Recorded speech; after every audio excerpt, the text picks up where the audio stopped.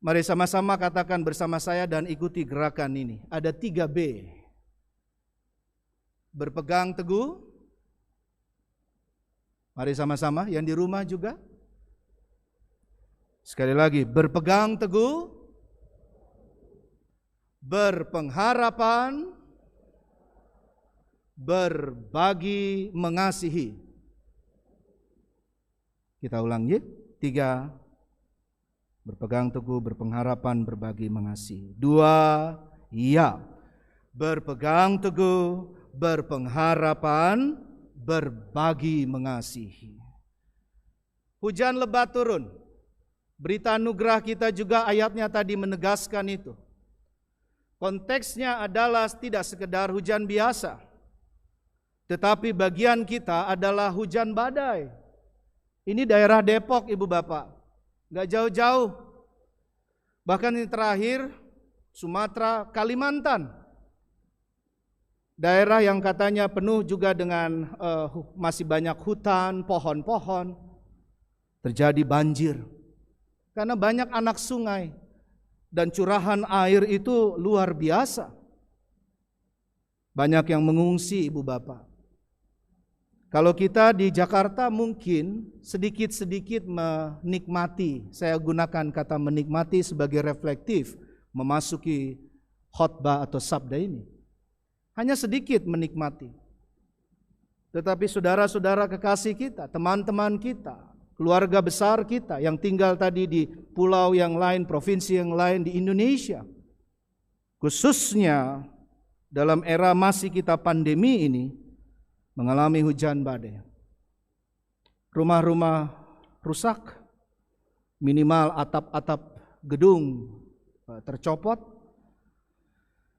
Besok paginya atau beberapa saat setelahnya harus segera cepat-cepat untuk menutup, karena kalau tidak akan datang lagi hujan. Pohon-pohon tumbang, macet di mana-mana. Kita mengalami kalau hal ini, ya.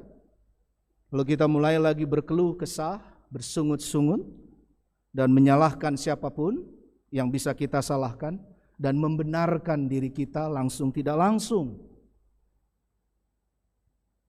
Lalu marilah kita berhenti sejenak minggu hari ini. Gampang sekali ya. Kok saya mudah, gampang sekali ya untuk jadi lemah kembali. Pandemi yang hampir durasi 2 tahun ini, Ibu Bapak, keluarga-keluarga, pribadi lepas pribadi, harusnya membuat kita makin berpegang teguh. Ini pertama. Rasul Paulus menegaskan ini. Kalau kamu mengalami penderitaan, perjuangan dalam kehidupan, jangan jauhi pertemuan-pertemuan ibadah kita dong dalam Tuhan. Justru makin banyak pergumulan, makin banyak tantangan, makin dekat sama Tuhan, makin rindu untuk melakukan pertemuan-pertemuan ibadah kita. Yuk saling menasihati. Menasihati itu bukan berarti di sini Rasul Paulus maksudnya adalah menganggap diri kita lebih hebat, lebih mulia, lebih kudus dari orang lain. Tidak.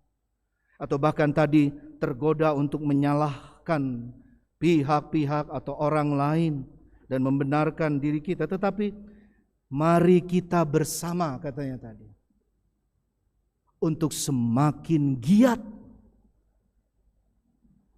melakukan seluruh iman, pengharapan, dan kasih menjelang hari Tuhan yang mendekat. Yang pertama, apa tadi? Mari, 1, 2, 3. Berpegang. Coba lihat ayat 23. Marilah kita teguh. Itu kan sebuah ajakan.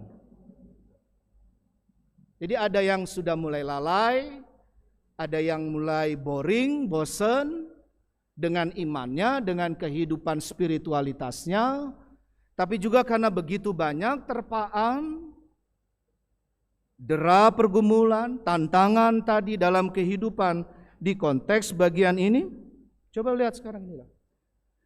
Marilah, marilah, ibu bapak marilah, tua muda, laki-laki, perempuan, bapak ibu yang di rumah, keluarga-keluarga, marilah, mari.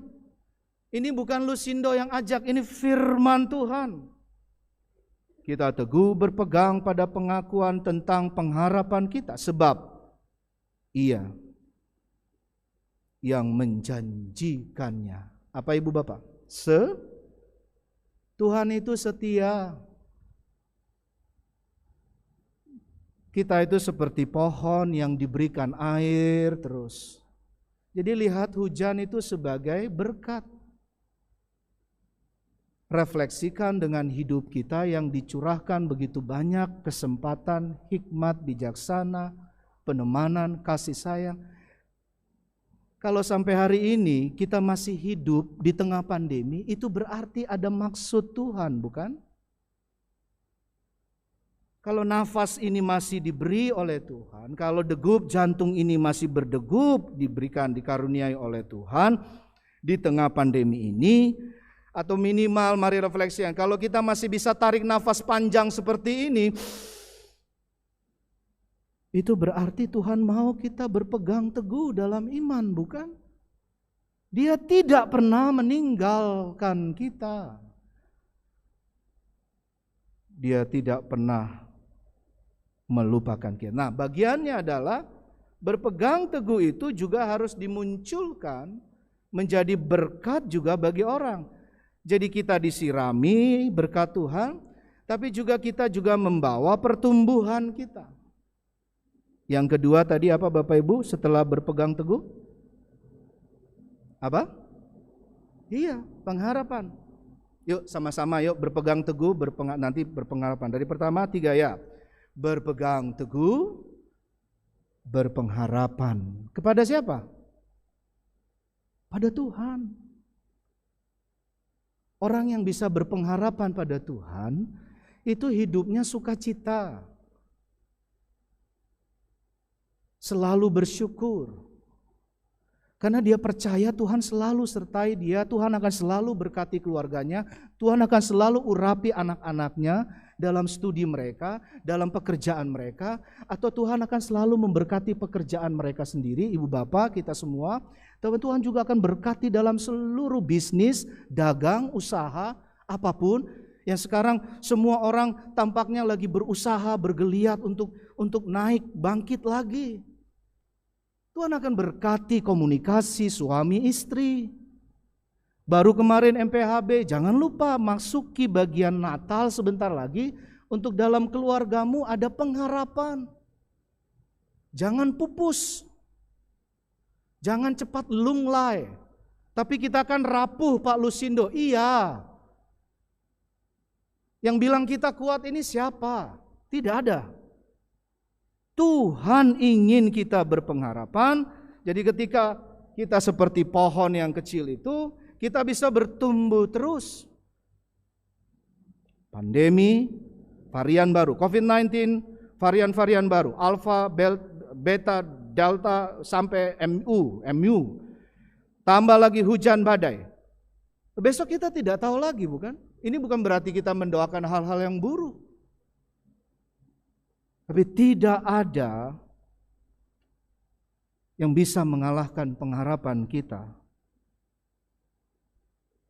kepada Tuhan.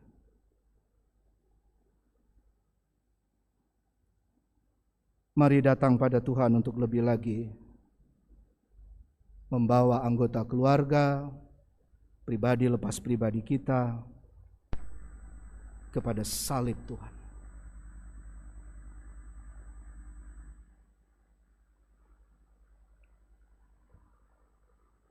Kalau kemarin sudah makin bagus bersaat teduh bersama keluarga, satu hari bisa 1 kali minimal. Jangan karena sudah bisa ke mall lagi, jangan karena sudah mulai office lagi, jangan karena mulai bisa untuk anak-anak atau teman-teman muda kuliah dan juga sekolah di onsite lagi.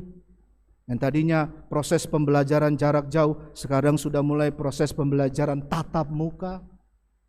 Lalu dengan bilang bahwa oh ya saya sudah sibuk dengan pekerjaan, usaha saya, anak-anak juga sudah dengan kuliah sekolah saya. Ya nanti sekali-sekali kami bisa juga terima kasih Tuhan, kami bisa jalan-jalan, bisa ke mall. Terus mulai lupa berdoanya. Halo? Ingat waktu kita diberkati oleh Tuhan. Kalau bagi yang penyintas yang sudah pernah, ya itu luar biasa pengalaman diberi kesembuhan oleh Tuhan. Waktu kita berdoa, bahkan doa makan pun bilang, Tuhan berkati makanan ini, berkati suami saya, berkati istri saya, berkati anak-anak, berkati orang tua saya, jauhkan dari berbagai macam virus, banyak penyakit, semua disebut pokoknya. Kenapa sekarang sudah mulai kendor lagi? Paulus Indoko tahu dari mana? Bapak Ibu, ini kecenderungan kita bersama. Ini yang dimaksud dengan bagian Ibrani untuk menyatakan bahwa ketika Anda sudah mulai menikmati begitu banyak kasih karunia Tuhan, penemanan Tuhan, justru harus makin teguh dalam iman. Menikmati itu tadi ya, ada banyak pergumulan, tantangan, tapi Tuhan tidak pernah meninggalkan kita. Justru makin berpengharapan. Kasih sayangmu, itu lagunya tadi kan. Pengharapanku. Pengharapan kita itu cuma dalam Tuhan. Itu yang membuat kita bisa terus menjalani. November sebentar lagi memasuki Desember. Kita sebentar lagi Natalan loh. Mal-mal, pusat-pusat perbelanjaan sudah pasang pohon Natal. Lagu-lagu Natal sudah dipasang. Kalau kita sendiri mulai kendor, waduh, Bapak Ibu jangan. Itu yang spiritual, itu soal iman. Bagaimana soal prokes kita? Ini dari salah satu portal besar, saya cuplik langsung, Satgas COVID-19 kepatuhan 11%. Kabupaten kota, ya, kabupaten kota pakai masker di bawah 60%. Sekarang ada istilah keren itu, pakai masker untuk dagu katanya. Pakai masker ya untuk, ya kan? Pernafasan, hidung, mulut. Ya, tapi kan kita mau makan. Sekarang untuk makan itu jadi sebuah kesempatan untuk kita buka masker, bukan? Oke, enggak apa-apa. Setelah makan, minum, pakai lagi dong. Jangan lalai itunya. Jangan lupa. Betul? Kalau kita bilang sudah bosan, itu sekali lagi, jangan pernah. Kalau di bawah 60% berarti kan ya 50% bahkan ke bawah lagi. Saya cuman mengulangi. Bapak Ibu sudah pasti lebih tahu. Yang di gedung gereja, yang di rumah, ya. Para ahli-ahli kesehatan kita sudah kasih warning. Hati-hati. Ya, dengan kenaikan. Warning itu nggak perlu dikatakan oleh para ahli lagi sebetulnya dengan berita dan negara-negara tetangga, Singapura, Malaysia, Jerman sekarang naik lagi. Bapak Ibu, ini kan korelasinya sekali lagi, iman, perbuatan. Hal-hal rohani, berpengharapan, tapi juga hal-hal jasmani. Kalau Anda dan saya bilang, kami berpengharapan percaya Allah dalam Tuhan Yesus Kristus dan Roh Kudus pasti akan menghilangkan pandemi pada satu waktu. Lalu kita tambah dengan ayat itu. Tepat pada waktunya, indah pada waktunya, tapi nggak pakai masker. Ya nggak berpengharapan dong. Bisa mengerti maksud saya, Ibu Bapak? Jadi apa yang kita doakan, apa yang kita imani amini, itu harus betul-betul dilakukan. Itu baru namanya berpengharapan. Jadi kalau kita mengharap yang baik, mari mulai dari diri sendiri melakukan yang baik. Lalu perbuatan baik yang kita lakukan bukan untuk diri kita sendiri. Di pandemi ini kita belajar, bukan? Ditambah lagi hujan, topan, badai. Apa yang engkau mau katakan Tuhan? Seperti itu harusnya. Dan lebih lagi biarlah keindahan ini, Ibu Bapak. Ini yang ketiga, saya salah ketik. Jadi satu apa tadi Bapak Ibu? Berpengharapan. Yang kedua apa? Ya, berpegang teguh, berpengharapan. Yang terakhir ini. 3, ya, setia berbagi. Ya, berbagi, mengasihi banyak orang lebih lagi. Ini proses pembelajaran kita terus menerus. Tidak sekedar hospitalitas terbuka lebih lagi. Oh ya, saya mendoakan orang lain Pak Lusindo. Tingkatkan terus. Setelah pulang ini terus, jangan kendor. Terus doakan. Kalau enggak udah mulai asik kok, udah melandai, jangan, doakan terus. Tetanggamu didoakan terus, keluargamu, keluarga besar, teman, sahabat didoakan. Jangan nunggu lagi kalau ada sesuatu baru kemudian tunduk lagi di hadapan Tuhan. Jangan. Tetap bersujud. Bawa semua untuk kemuliaan nama Tuhan dan memohon di dalam cinta dan kasih. Coba lihat ini. Ini bagian awal pembacaan kita, Ibu Bapak yang kekasih, saudara-saudara. 19 dan ayat yang ke-20. Jadi, koma. Jadi itu penengkasan ya. Jadi saudara-saudara oleh darah Yesus kita sekarang penuh apa? Keberanian. Dapat masuk ke dalam tempat kudus. Tempat kudus itu adalah kemuliaan Allah, kebaikan Tuhan. Tapi tempat kudus itu juga adalah sorga abadi kekal. Karena Ia telah membuka jalan yang baru. Kayaknya kata-kata new normal udah mulai agak biasa ya. Udah tidak diucapkan lagi. Jangan, terus lakukan yang baru, yang baik. Cara pola hidup, pembentukan dari Tuhan, bertumbuh seperti tadi pohon itu makin besar, ada ranting, ada cabangnya, ya, ada dahannya, ada daunnya. Dan kalau boleh dengan kesetiaan, konsistensi kita boleh berbagi, kita jadi berkat orang lain.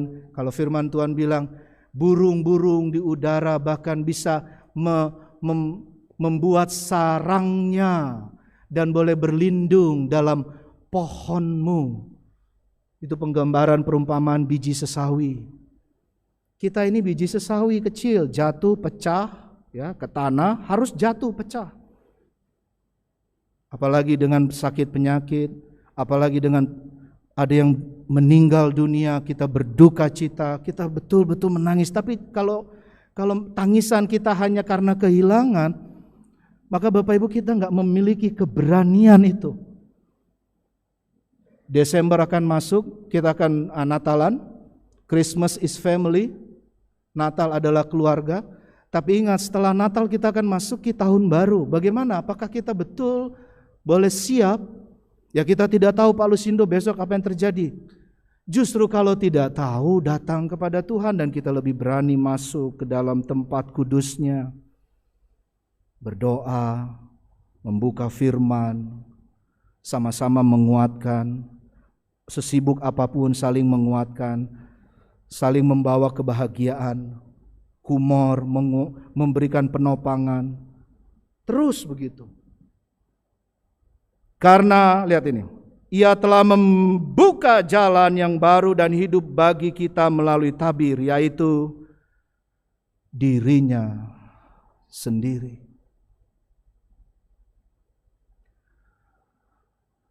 Tuhan mengajarkan sampai dengan salibnya Ibu Bapak, jangan membenci. Tuhan dan Juru Selamat kita berkata, Bapa ampunilah mereka, sebab mereka tidak tahu apa yang mereka lakukan. Ini masa-masa kita digoda untuk masuk kembali lagi pada kemarahan, pada keangkuhan kita. Karena sudah mulai damai, kita mulai tergoda untuk membenci. Kalau kita di jalan sekarang Bapak Ibu, karena macet di Jakarta dan sekitarnya khususnya, tapi juga mungkin tempat lain.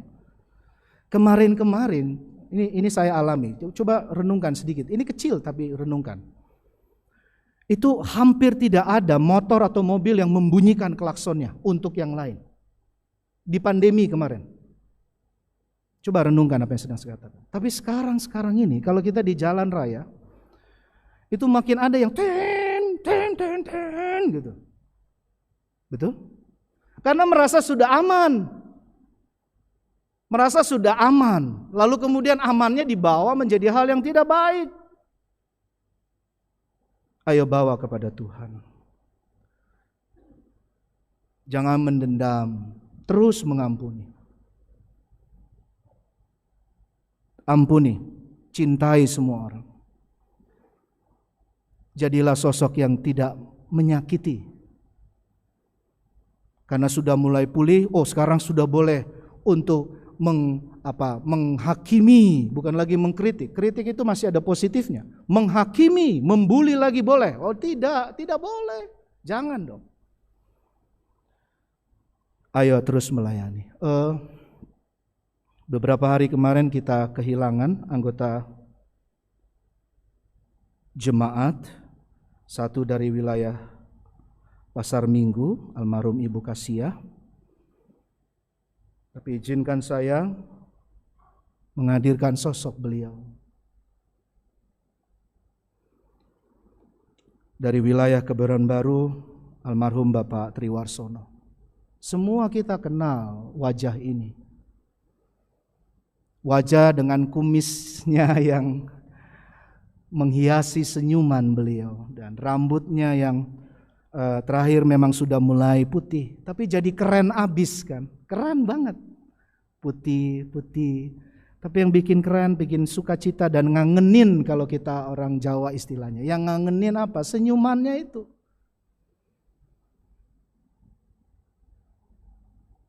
Sejarah gereja kita, salah seorang di dalamnya adalah Pak Triwarsono almarhum.